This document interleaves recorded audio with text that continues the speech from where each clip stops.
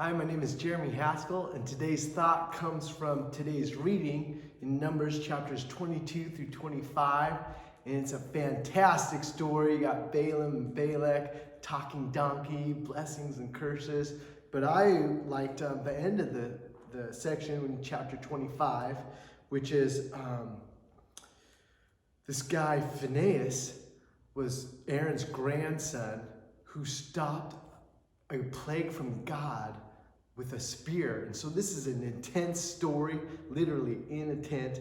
But verse 10 at the end of the story says, "And the Lord said to Moses, Phinehas, the son of Eleazar, son of Aaron the priest, has turned back my wrath from the people of Israel, in that he was jealous with my jealousy among them, so that I did not consume the people of Israel in my jealousy."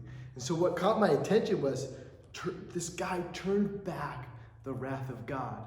And so what's the wrath of God?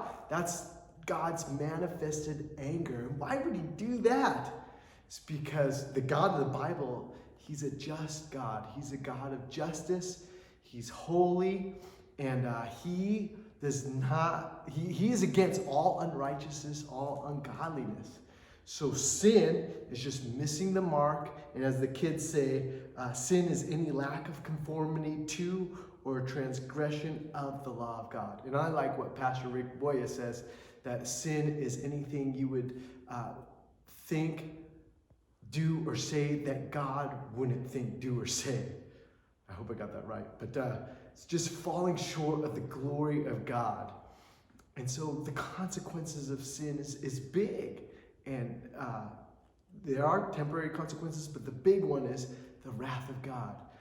But then I start thinking about Jesus, how he turned back, not just turned back, but he absorbed God's wrath. Yes, we're forgiven of our sin, but we don't have to pay the price for that consequence because Jesus absorbs God's wrath. So I've been thinking about the prayer in Gethsemane where he prayed, Lord, if there's any way, take this cup from me. And what I learned is the cup represented God's wrath. And then he prays, not my will, but your will be done. So there was something else going on, just other than the physical death, that he was overwhelmed, his soul was overwhelmed. He had to suffer this emotional and spiritual craziness because he knew he would have to take on the wrath of God. And so that is good news, man, that Jesus would do that for us, that he not just turned back the Lord's wrath, but absorbed it so that we wouldn't have to face it. And that is good news.